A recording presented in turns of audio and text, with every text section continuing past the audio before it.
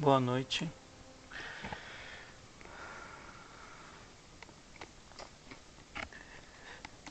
Que a paz de Jesus se faça presente em nossos corações e em nossos lares neste momento.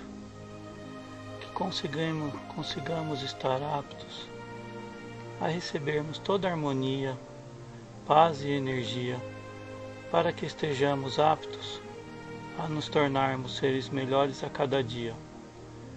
Que a espiritualidade maior possa cobrir nossos corações com a luz sublime do amor, a fim de que consigamos compreender as lições que nos serão ensinadas nessa noite pelo nosso amigo Mestre Mauro Biazeto, que sempre nos blinda com inúmeras lições relacionadas à seara espírita, descortinando aos poucos o nosso véu da ignorância, nos servindo de inúmeras lições que enriquecem e engrandecem essa nossa jornada de trabalho e de provas, para que o amor se faça presente em nossa morada, que consigamos traçar nossos caminhos com leveza e simpatia para conosco e para com o próximo hoje e sempre. Muito obrigado. Em nome do Grupo Espírita Nossa Casa, pela presença nesse momento a todos os ouvintes, e ao palestrante da noite, Mauro Biazeto, pela oportunidade do aprendizado. Seguindo com a palestra do Mauro agora.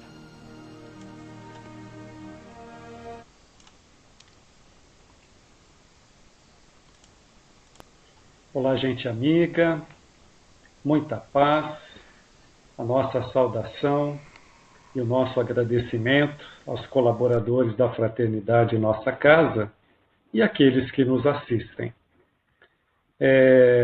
Hoje, o assunto que vai nos entreter é voltado para a educação, pedagogia espírita. Chamei de pedagogia espírita 1 por se tratar de um esboço geral, uma apresentação, por assim dizer, um contato primeiro com aquilo que muitos de nós do movimento espírita nem ouvimos falar e questionamos se existe realmente uma pedagogia espírita. A imagem que vocês observam nessa apresentação de capa é o logo da Associação Brasileira de Pedagogia Espírita.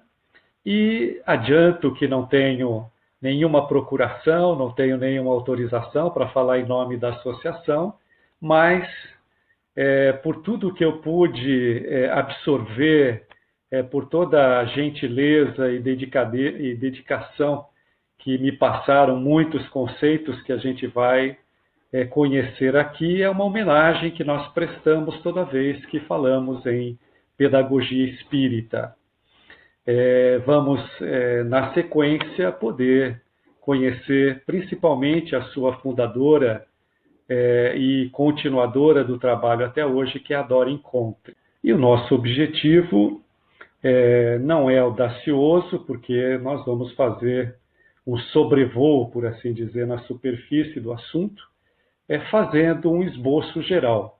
E aqui a gente invoca um sentimento e um conceito de Herculano Pires que, quando ele diz que toda pedagogia é fruto de uma filosofia. Então, todo o trabalho de pensadores na história de uma época vai acabar desembocando numa pedagogia. Toda aquela soma de conceitos, de conhecimentos alavancados e sedimentados, eles vão desembocar naquilo que será a orientação do ensino daí para frente, né? A orientação daquilo que seria a educação. E também conceituar a pedagogia espírita. Os créditos, né, e para aqueles que se interessarem pelo assunto e gostarem de verificar, de se aprofundar, nós temos aqui as obras Pedagogia Espírita, da Dora Encontre, pós-doutora em Educação, da editora Comênios, Agonia das Religiões, editora Paideia, do Herculano Pires, Didática Magna, de Rousseau, editora Abril, Emílio, ou da Educação, de Rousseau também, da Nova Cultural, Pedagogia Espírita, do José Herculano Pires, agora pela editora Edicel, A Educação, segundo o Espiritismo. Eu, inclusive, recomendo para todo o movimento espírita essa obra, porque é uma adaptação, né, de um trabalho acadêmico desenvolvido pela Dora Encontre, que privilegia e, com a sua gentileza de adaptação, ela leva para o movimento espírita, né? A Escola que Sempre Sonhei, editora Papiros, do Rubem Alves, A Escola da Ponte, do José Pacheco, um dicionário que nós utilizamos aqui, o Michaelis, e voltando a dizer que a página de rosto é uma homenagem que fazemos, né, à Associação Brasileira de Pedagogia Espírita. Então, minha gente, para a gente falar de pedagogia espírita, a gente vai verificar que os dicionários informam que educação é toda influência exercida por um espírito sobre o outro, no sentido de despertar um processo de evolução. Essa influência leva o educando a promover autonomamente o seu aprendizado moral e intelectual. A gente percebe aqui que, por vezes, nós nos equivocamos quando confundimos a educação, o conceito de educação, com o conceito de instrução. E o que a gente percebe, na maioria das vezes, que os processos educacionais, eles se baseiam e se fundam quase sempre na instrução, no conteudismo, em encher o educando de informações, por vezes sem orientação, e esquecem, né, de que a educação ela promove o incentivo para o interessado, para o educando em absorver aquilo que de fato tem sentido de realidade para ele, né? E isso de forma autônoma. Quer dizer, normalmente é preciso que parta do educando esse interesse pelo aprendizado, né? Pela construção do conhecimento. A pedagogia é a teoria que envolve a educação. Vai se constituir num conjunto de doutrinas e princípios que vão visar um programa de ação, estudo dos ideais da educação, segundo uma determinada concepção de vida, né? E daquilo que se tem à mão para realizá-los. No caso aqui, vamos falar especificamente da pedagogia espírita, né? E a didática é nada mais do que a aplicação dessa pedagogia, a forma de se aplicar. Como surgiu a pedagogia espírita? Aqui eu adianto que nós vamos mencionar um percurso na história, percorrendo uma linha do tempo, aonde nós percebemos raízes daquilo que se concretizou no século XIX, meados do século XIX, como a doutrina espírita, a filosofia espírita e, por consequência, a pedagogia espírita, né? Nós sabemos que todo conhecimento, quando não inédito, ele se funda numa base de apoio para dar o passo seguinte. E nós vamos encontrar aqui em Sócrates e Platão, que viveram uns 300 anos antes de Cristo, portanto, eles estão distantes de nós mais de 2.300 anos, aonde nós vamos encontrar como precursores, né? Vamos elegê-los como precursores do cristianismo, sem os conceitos de Sócrates do conhece-te a ti mesmo, sem as teorias das reminiscências pelo seu discípulo Platão, sem o conceito muito claro na sua existência, principalmente de Sócrates, da certeza na imortalidade da vida, dificilmente nós poderíamos conceber que Jesus pudesse trazer como um pedagogo inigualável dentro da história o seu legado, que nós até hoje nos esforçamos e temos muita dificuldade de compreender uma pedagogia calcada no amor a Deus, né, na submissão ao Criador, a esse Pai que Jesus vem nos ensinar a tratá-lo, e não temê-lo, como na época, principalmente pelo seu povo, o povo hebreu, e trazer para a gente um novo conceito de direção, um novo conceito de orientador, onde nós temos a vida futura como norte para as nossas ações no presente. Mais à frente, muito mais à frente, porque o seu projeto de educação, bem compreendido no início, nos primeiros séculos, foi muito distorcido por mais de um milênio, dentro de uma ortodoxia, de um conservadorismo e de interesses que não cabe aqui a gente citar agora, mas nós vamos encontrar no século XV para o XVI essa figura exponencial na educação, nascido na Europa, na Tchecoslováquia, na antiga Tchecoslováquia, o Comênius, né? Vindo de uma orientação dos hussitas, né? Que tem origem em Jan Hus, que um pouco antes dele, foi sacrificado no ano de 1415, por justamente tentar reviver as ideias de um cristianismo voltado para a simplicidade, voltado para o amor, voltado para a liberdade. Comênius vai, inspirado em Jan Hus, trazer aquilo que nós denominamos, ou ele denominou, de pansofia, o conhecimento para todos e de tudo. Comênius, nesse século XV, vai produzir mais de 200 de obras, e obras essas versadas em 3 idiomas, né? No latim, no tcheco e no alemão, justamente por ter esse conceito de que a educação deve ser orientada para todos. Mais à frente, seu discípulo, por assim dizer, o Rousseau, né? O bom, digamos, o retrato do bom selvagem, aquele que compreende e compreendeu, né? E passou para a gente que o indivíduo nasce bom, né? O ser, ele nasce bom e depois o meio vai desviá-lo, digamos assim, do caminho, né?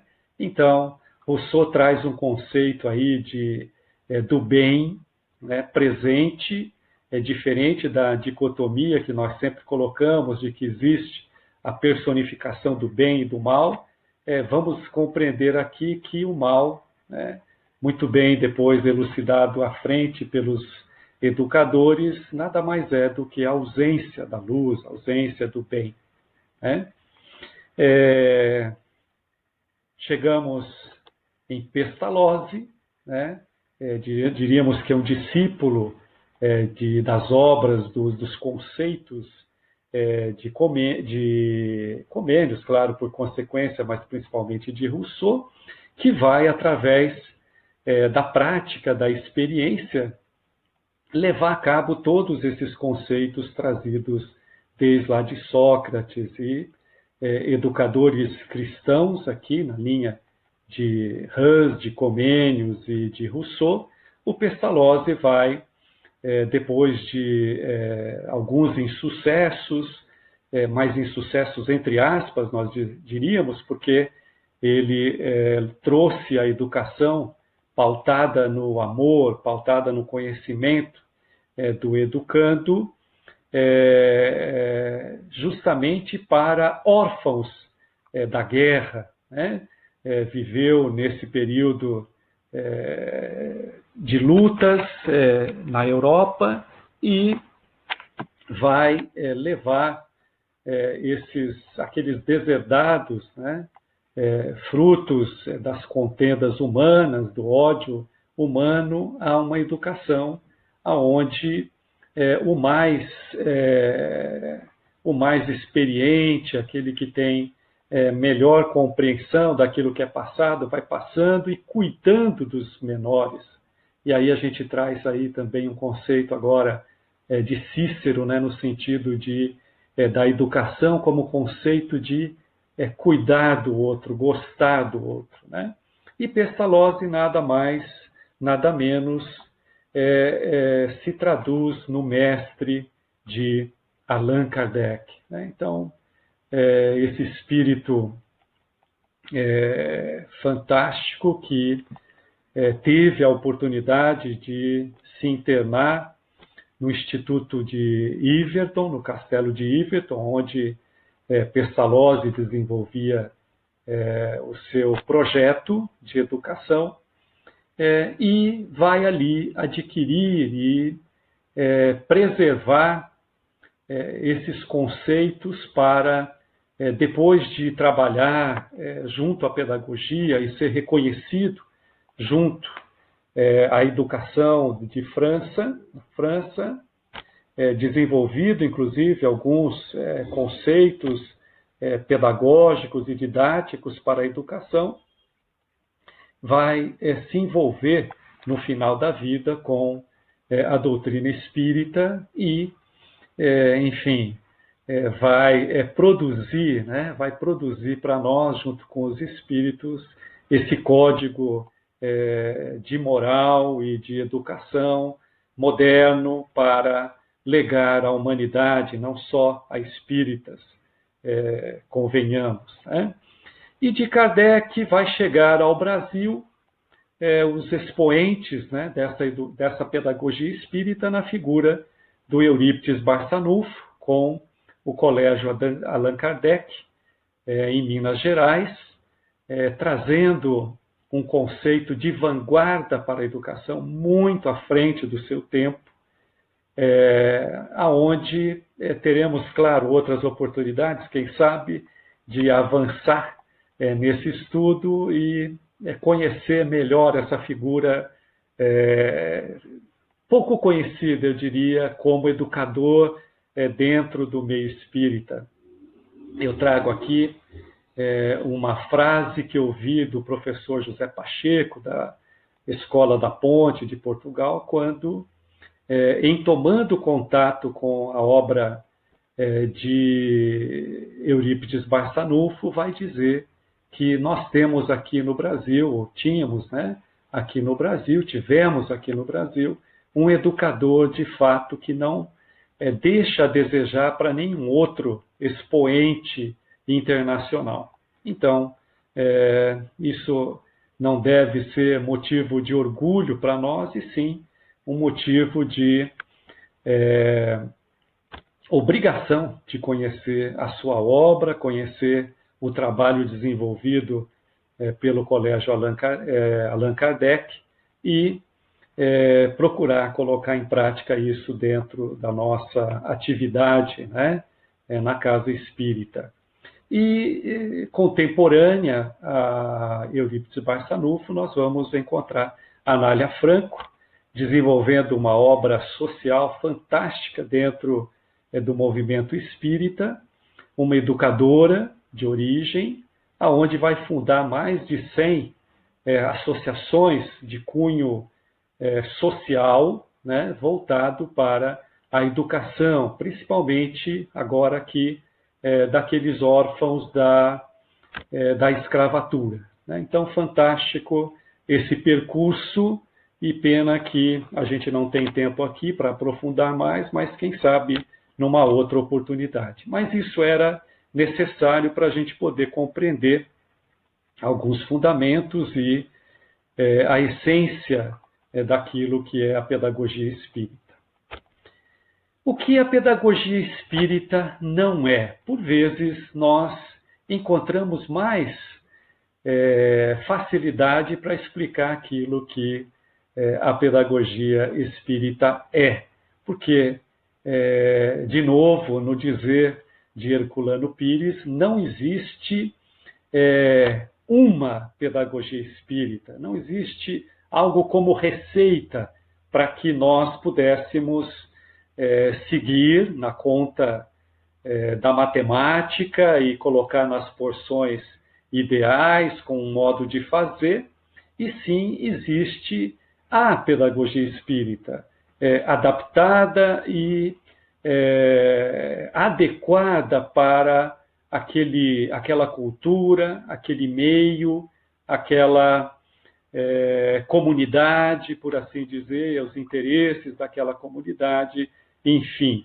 Então, nós vamos encontrar sempre nos projetos que são desenvolvidos no Brasil um tipo, né, de pedagogia espírita, enfim, como nós dissemos, adaptada às suas conveniências e necessidades. Mas, claro, vamos ver aqui, não pode fugir dos princípios, não pode fugir dos fundamentos. Não é um catecismo espírita, por assim dizer, porque ficamos bem à vontade para colocar catecismo aqui, que remonta à cultura católica, à religião católica, porque fomos criados, né, e desenvolvidos dentro dessa religião tradicional, mas é apenas para que fique claro para nós que não é abrir a cabeça do educando, do infante, e colocar lá dentro conceitos que nós entendemos como dogmáticos, né, como verdade absoluta, não permitindo que o educando possa pensar. Isso é muito importante. Não é fazer proselitismo. Repito, Kardec, quando da construção da doutrina espírita, quando da codificação da doutrina espírita, estudando a sua biografia, nos passos do legado de Kardec, nós vamos perceber que em nenhum momento se pensou em fechar um grupo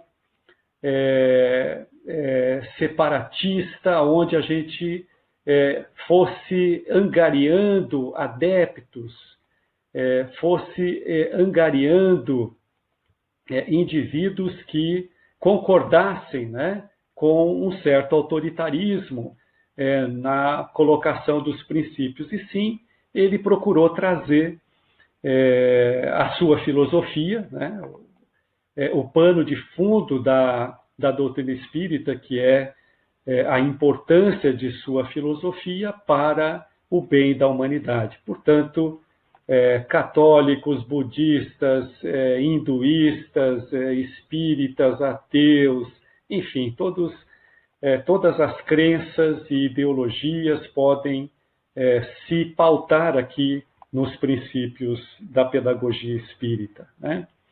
De novo, não um ensino sectário, autoritário, centrado na pessoa. Então, longe da pessoa de Kardec, ele já deixou isso muito claro desde o princípio, que não era dele a doutrina, e sim orientação dos espíritos superiores, e que o mérito dele era, digamos, a orientação no sentido de formular e adequar esse trabalho, não menos digno, é claro, porque, de novo, né, nos passos de Kardec, vamos perceber que trabalhava aí 18 horas seguidas por dia, inclusive prejudicando a sua saúde, mas com a direção que tinha de perseguir esse propósito, essa missão lhe dada, né, e cumprida. E nós podemos nos dizer que somos privilegiados por hoje absorver conceitos dessa doutrina, né? E não é uma prática de uma educação tradicional. Nós vamos poder falar um pouquinho mais à frente, né? E o que é, então, a pedagogia espírita?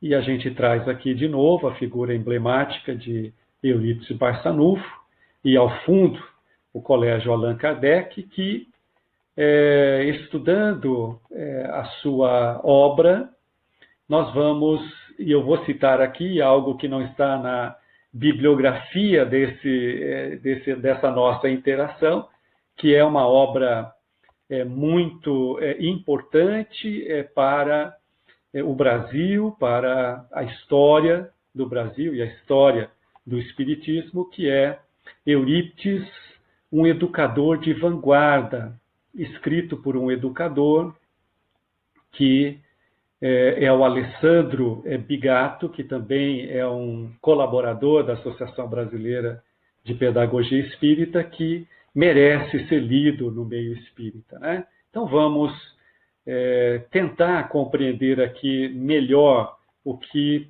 seria a pedagogia espírita, observando os seus fundamentos. Quais seriam os fundamentos da pedagogia espírita?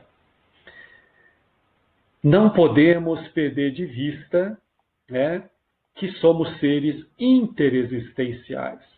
Temos uma dimensão espiritual.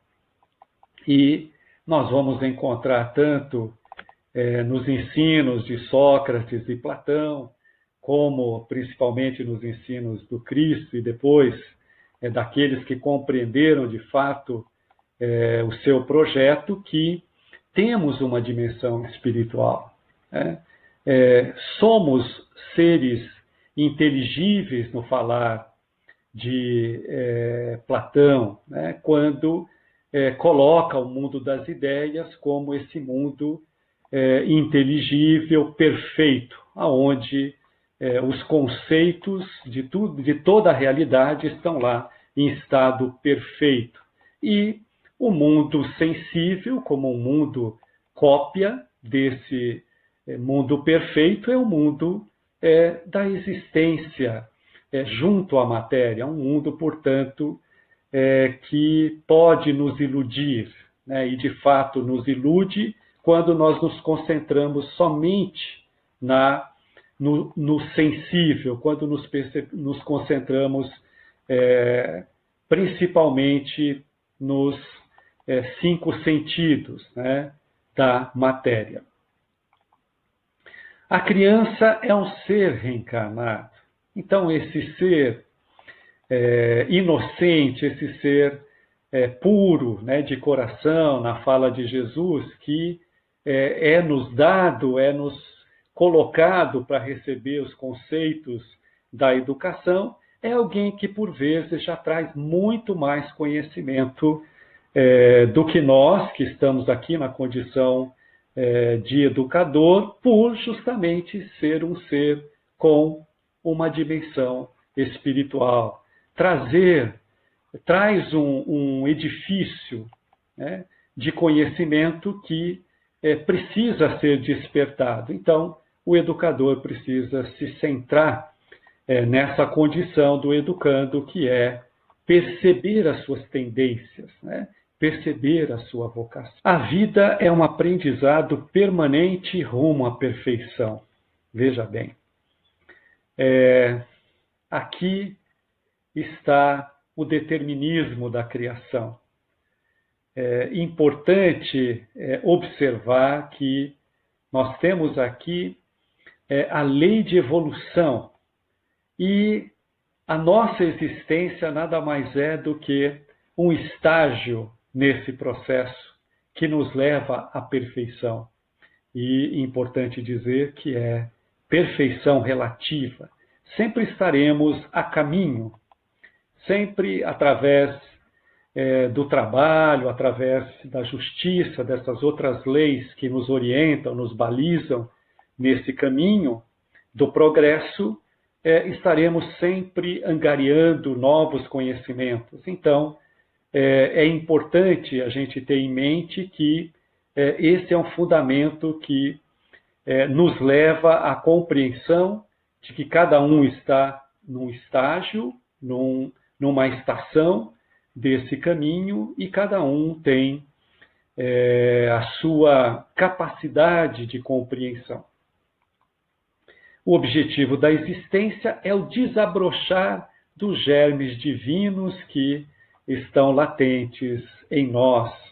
Então, o Criador, né, quando da criação perfeita, porque Ele é perfeito, e sábia, como Ele é sábio, vai cunhar na criação, vai cunhar nas almas os seus atributos, só que em estado de potência, em estado de latência, e vai determinar, podemos assim dizer, que ele, dono de si, ganhando a consciência, possa percorrer esse caminho da possibilidade de cognição, esse caminho onde ele vai absorver conceitos inteligíveis e conceitos também de moralidade para buscar uma vida feliz.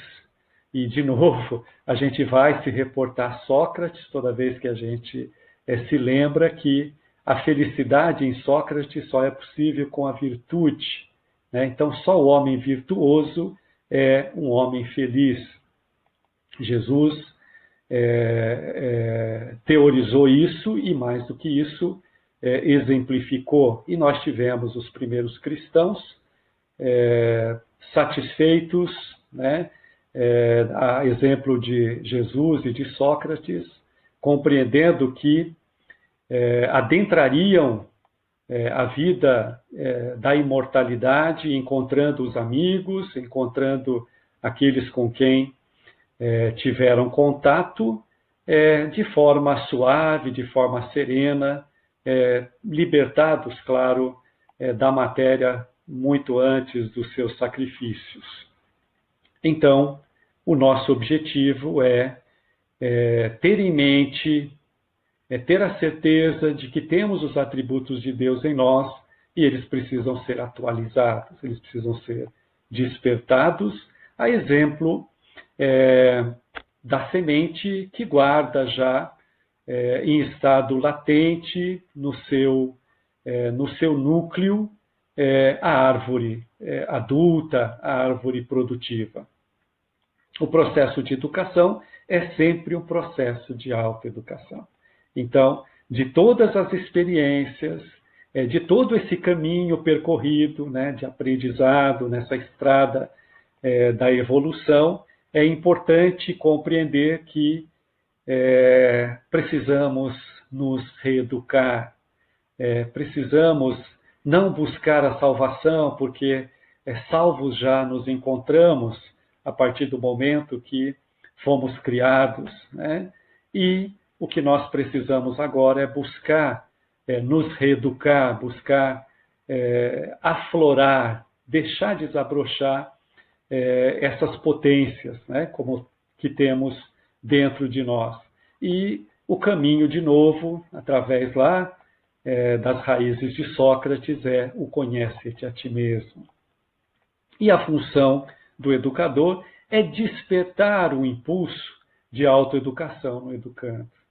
Então, nós nos lembramos que Galileu, Galilei, um grande físico e pensador que contribuiu muito, né, para a entrada do período moderno da nossa era, vai dizer e vai afirmar que não é possível ensinar algo a alguém, e sim, a única possibilidade que temos é despertar no indivíduo o interesse pela educação.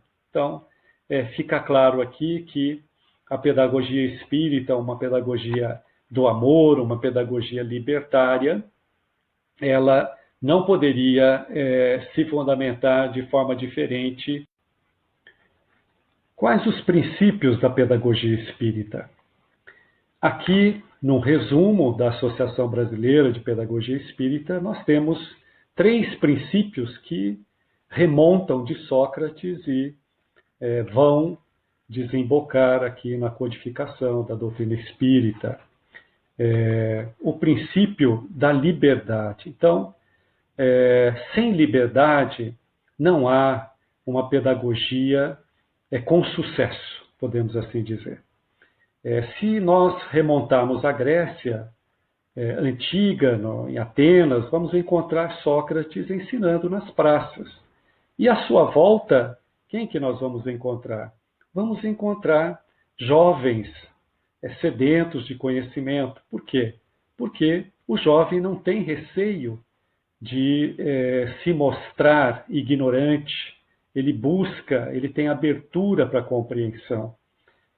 O adulto, infelizmente, nós, pelo egoísmo, pela vaidade, né, frutos do orgulho, nós temos receio de nos apresentar sem o conhecimento de algo que pode parecer para os outros nos colocar numa condição de inferioridade, né?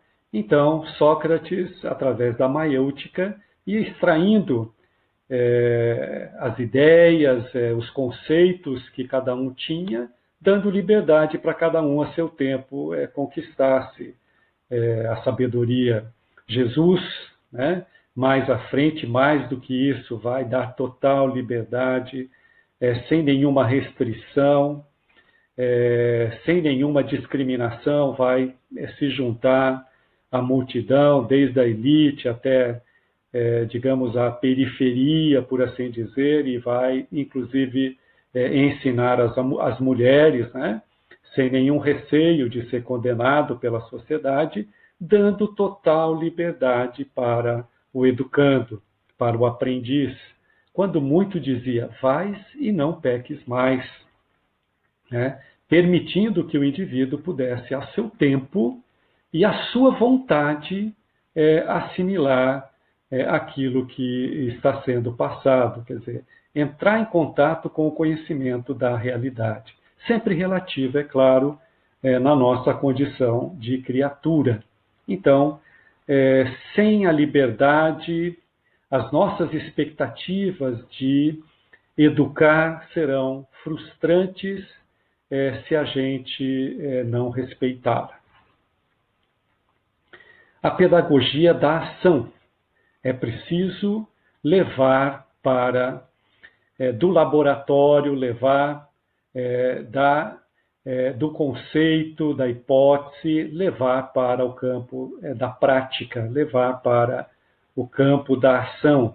É preciso colocar em prática para que a gente possa assimilar pela intuição, depois de passar pelo processo reflexivo, pelo processo da racionalidade, os conceitos que vão nos identificando, que vão formando o nosso caráter. É preciso que a gente se disponha a agir, ser mais assertivo nas nossas ações, sem medo de colocar em prática aquilo que nós acreditamos.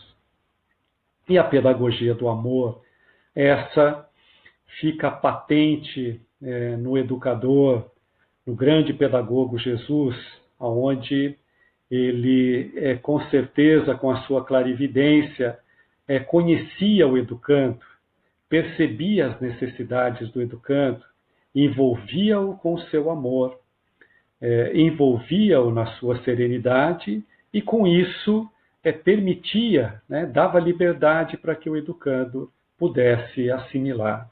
Então, nós vamos perceber que sem a liberdade, sem a prática e sem o amor, dificilmente nós colocamos em ação a pedagogia espírita, ou qualquer tipo de pedagogia, nós podemos assim dizer. Agora a pergunta, por que pedagogia espírita?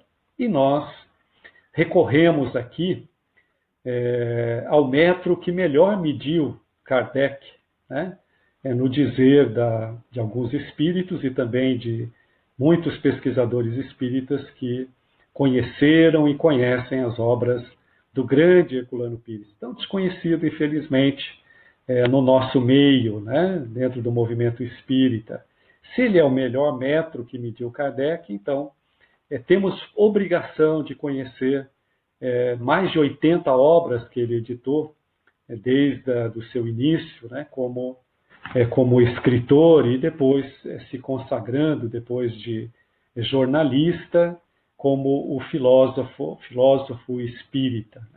Então é recorrendo a ele que nós vamos tentar explicar por que a denominação pedagogia espírita.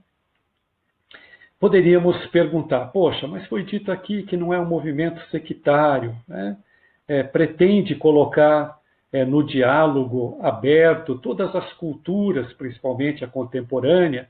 Não seria melhor a gente sair dessa condição confissional de pedagogia espírita e adotar uma denominação mais abrangente? E Herculano vai nos explicar que isso seria perder a identidade com a proposta.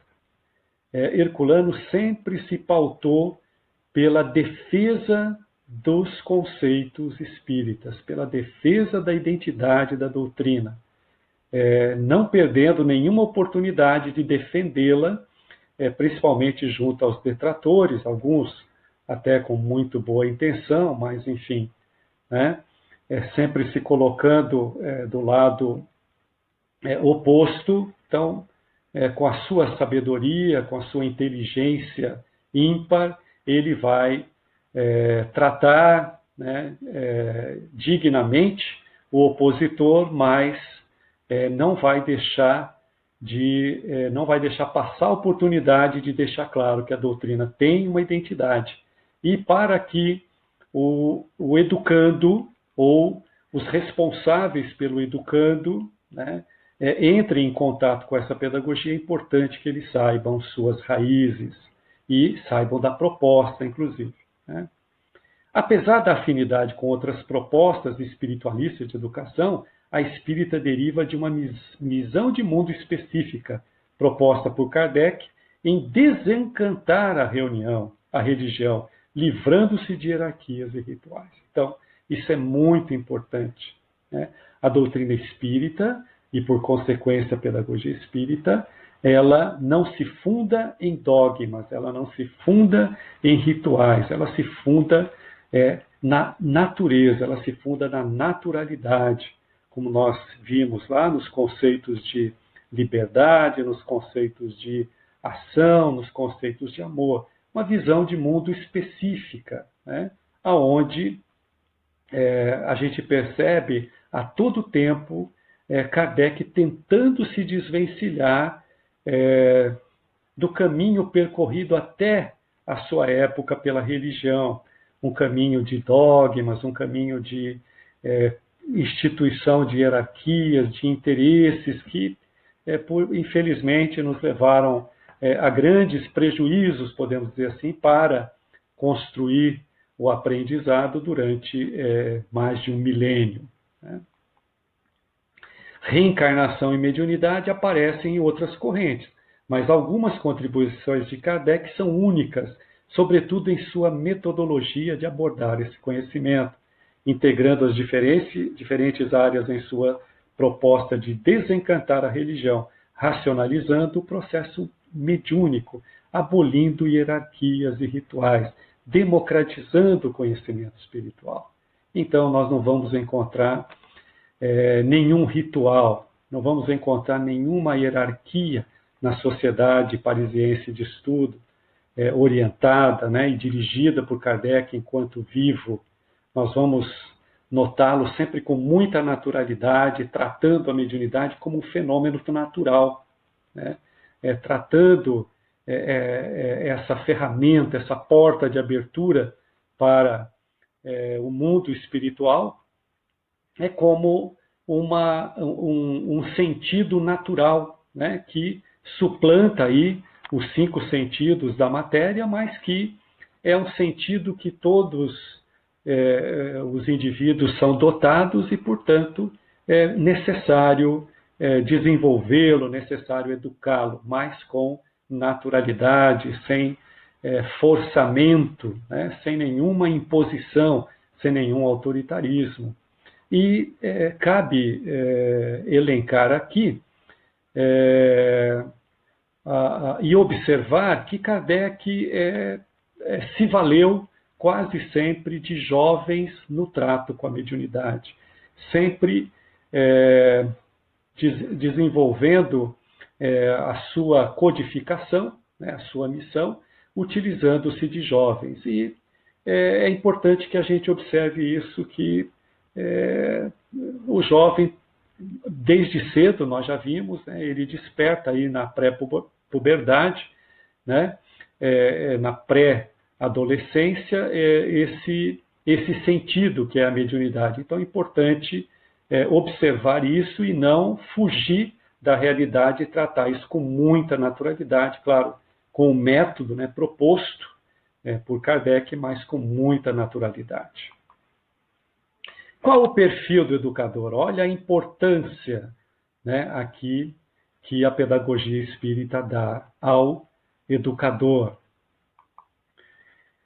Lá no primeiro capítulo do livro desenvolvido pelo Herculano, que é a Pedagogia Espírita, né, ele vai dizer que isso vai ter sucesso e vai depender, esse sucesso, do conhecimento menor ou maior que o educador tiver sobre si mesmo, né? Porque conhecer-se a si mesmo é o primeiro passo do conhecimento humano. Veja quão importante é esse perfil, né, do educador. Não aquele educador que entende que o educando precisa conhecer o que ele conhece, que o correto e a verdade está dentro do seu entendimento. Quando o educador se percebe limitado em seu conhecimento, e quanto mais ele conhece, ele percebe que mais limitado ele é, tanto é que o fundo aqui é a representação de Sócrates de novo, na ilustração que nós fazemos aqui, quando Sócrates percebeu que, chamado de sábio, só poderia ser porque ele não sabia nada. Então, a gente conclui que quando o indivíduo se conhece, se percebe, ele entende que o educando tem o seu tempo, que o educando, por vezes, conhece mais do que ele, né? Ou tem essa tendência e, por vezes, não é no caminho que ele desenvolveu no seu projeto que ele deve percorrer. Então, isso se faz muito importante a começar.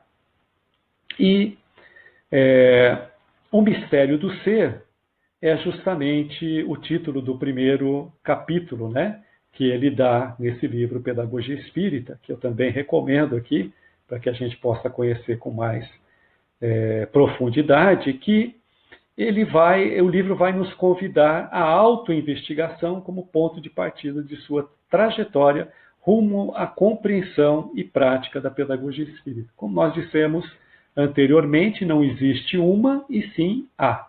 Então, entrando nos meandros do mistério do ser, entrando naquelas questões que foram formuladas, podemos dizer, muito antes de Sócrates, mas desde Sócrates, que é o nosso assunto aqui, e não se calam até hoje de que quem sou eu, o que eu estou fazendo aqui, né? Para onde eu vou, de onde eu vim, enfim, essas questões estão ainda muito presentes, sem respostas por vezes, a não ser para grupos como o nosso, que espiritualistas que somos já percebemos e sem muita convicção, podemos dizer, às vezes sem muita convicção, já compreendemos que temos as respostas, né? E precisamos vivenciar esse caminho para entendê-las com mais profundidade, né? Então, dentro desse quesito, o educador vai perceber que é preciso saber a direção, o rumo a tomar, né? E qual é o sentido, de fato, da vida para que a gente possa se reeducar. E os espíritos, frequentemente, se referem em suas comunicações a 3 eus, né, que convivem interpostos, interligados dentro da mesma criatura, né? E para a gente definir o que é ser é preciso saber exatamente de qual ser e qual eu nós estamos falando. De novo, é preciso conceituar, é preciso contextualizar. Por quê? Porque facilmente, né, eles se confundem graças à falta de contato com a própria realidade interna. Mas também se mostram nitidamente em alguns escritos, né, como na mensagem de André Luiz, lá no livro Agenda Cristã, que tem o título de Em Verdade. E eu vou tomar licença aqui para trazer, né, para essa explanação esse capítulo do livro Agenda Cristã. Em verdade, o santo não condena o pecador, ampara-o sem presunção. Então, não há julgamento, né, no processo educacional quando o educador conhece a si mesmo. O sábio não satiriza o ignorante, esclarece-o fraternalmente. Então, veja, o sábio é humilde a ponto de admitir a condição de educador, admitir que não sabe tudo e, portanto, aquele que se coloca sob a sua tutela está um degrau abaixo, por assim dizer, nessa escala do conhecimento, né? Esclarece-o com afetividade, de forma fraterna. O iluminado não insulta o que anda em trevas, né? Aclara-lhe a senda. Então, nós vamos nos recordar aqui do ensino de Jesus de que é preciso colocar a luz sobre o móvel, né? O candeeiro sobre o alqueire para que possa iluminar o ambiente. O orientador não acusa o aprendiz tateante. A ovelha insegura é que mais reclama ao pastor. Então veja, né? Quem precisa de médico de fato, o doente, não quem está são. E o verdadeiro educador compreende isso na condição de orientar. O bom não persegue o mal, ajuda-o a melhorar-se. O forte não malsina o fraco, auxilia-o a erguer-se. Né? Então, nós, nessa ilustração da escada, nós podemos dizer, da escada evolutiva, nós podemos dizer que tem sempre aqueles a quem estamos estendendo a mão, e eles estão de mãos estendidas para nós, e dispostos, sedentos a nos puxar, né, para o andar de cima. Portanto, é preciso que a gente carregue, né, carregue aquele que está um andar abaixo. O humilde não foge ao orgulhoso, coopera silenciosamente em favor dele. Né? Então, de fato, nas obras de Kardec, nós temos que a vaidade, nós temos que o egoísmo, né, filhos do orgulho, são o verdadeiro entrave da sociedade, da humanidade, né, no caminho da perfeição. Então, é preciso que a gente se coloque, né, cada vez mais na condição de simplicidade, de humildade, para poder ter sucesso como educador. O sincero a ninguém perturba, harmoniza a todos. Né? Então, aqui a gente tem, de fato, uma figura bastante interessante, que é a identidade de Jesus com os puros de coração, né? Aqueles que são sinceros, né? Aqueles que buscam, né, a compreensão de que é preciso, na interação com o outro, usar de autenticidade, ser autêntico de fato, para poder chegar a um estágio de cooperação o suficiente para atender os interlocutores, no caso. Né? O simples não critica o vaidoso, socorre-o sem alarde, sempre que necessário. Né? Não de forma disfarçada, não de forma a fazer transparecer, inclusive, né? Humilhando o vaidoso, né? Procurando fazê-lo não entrar num estado de melindre, e sim entendendo, né, as suas limitações, abordá-lo de maneira a não constrangê-lo. O cristão não odeia, nem fere, segue ao Cristo servindo ao mundo. Então vejam, né, gente? Está aí a verdadeira caridade e a educação, ela está dentro desse contexto, porque afinal o objetivo final, né? E lembrando aqui que nós sempre estamos na estrada da educação, que é uma estrada de mão dupla, na condição ora de educador e na condição ora de educando. Então é muito importante ter em mente isso, que a gente está aí para servir o mundo, né? E a caridade nada mais é do que a gente se prestar a observar, né, todos esses conceitos que são passados aqui para nós nessa mensagem. De outro modo, os títulos de virtude são meras capas exteriores que o tempo desfaz. Então, já vimos aqui, e a história é um exemplo para nós, ilustra para nós que em todos os tempos nós tivemos impérios suplantando impérios através da força, através do poder. Né? E esses títulos não se sustentaram em pé, justamente por não ter em seu bojo, né, o trato com a ética, o trato com a moral, né, o trato, enfim, com os ensinamentos que estamos acompanhando até aqui.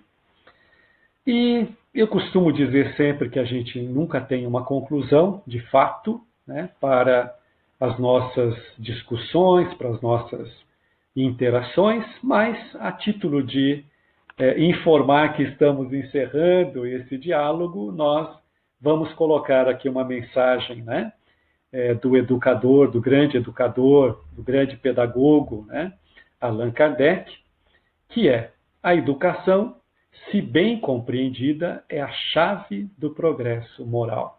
Então vejam que sucinta, né, e quão profunda é essa frase que Allan Kardec sugere para nós, para que a gente possa atingir o tal estado de felicidade. Né?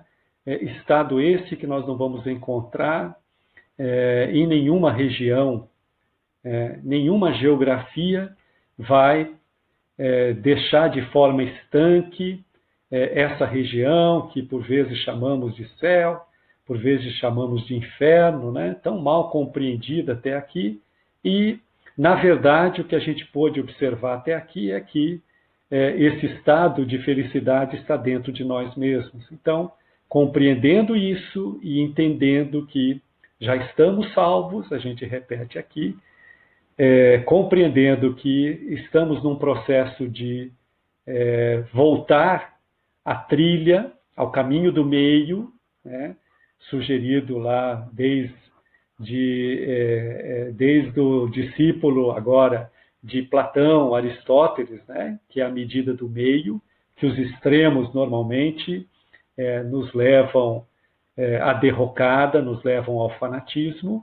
É importante que a gente enxergue, né, nisso a porta estreita proposta por Jesus, que está se encontrando, né, ao longe, no horizonte, quando nós nos colocamos aqui nesse caminho do meio e verificamos as nossas margens, né, esses extremos, que a gente possa abandonar o caminho largo, que é o caminho da perdição, é o caminho da não educação, da pseudo-educação, e que a gente busque se encontrar aí em nós mesmos e se encontrar com os ensinos primitivos do cristianismo que nos prometeu isso que nós estudamos até hoje, que é o Consolador prometido. Bendita doutrina espírita que nos educa, né, se bem compreendida.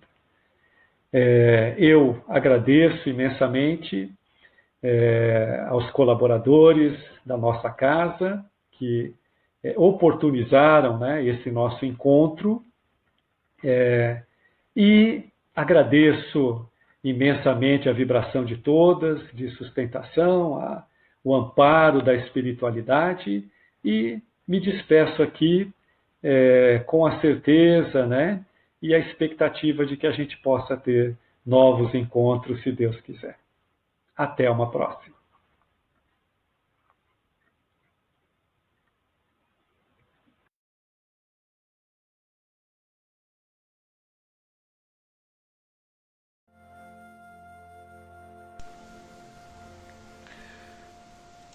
Muito obrigado, Mauro, mais uma vez por tantas palavras abençoadas, com tanta profundidade, tanto conhecimento. Agora vamos nos acalmando para fazer a prece de encerramento. Ó força procriadora, ó Pai e Mãe do Cosmo, origem nossa, que tudo dás à luz. Direcione tua luz dentro de nós, tornando-a útil. Cria teu reino de unidade agora.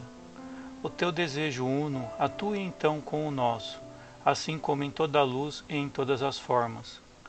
Dá-nos, cada dia, tudo o que necessitamos, em pão e entendimento.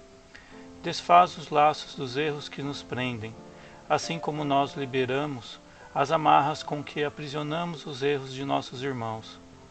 Não permitas que a superfície e a aparência das coisas do mundo possam iludir-nos e libera-nos de tudo o que nos detém.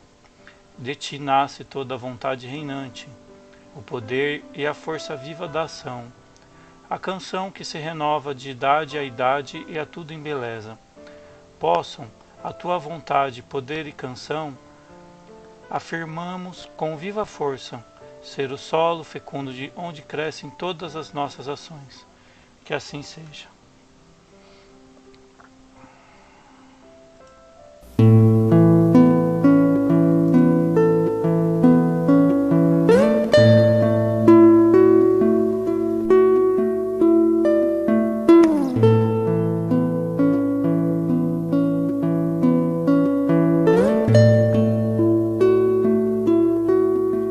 Quanta luz neste ambiente descendo sobre nós, vibrando em nossa mente. Quanta luz quando Quando assim em prece minha alma cresce aos olhos de Jesus. Quanta luz quando em oração a voz do Mestre fala aos nossos corações. Quanta luz descendo sobre nós. Quanta luz, quanta luz, quanta luz neste ambiente descendo sobre nós, vibrando em nossa mente. Quanta luz, quando assim em prece minha alma cresce aos olhos de Jesus. Quanta luz quando em oração a voz do Mestre fala aos nossos corações. Quanta luz descendo sobre nós.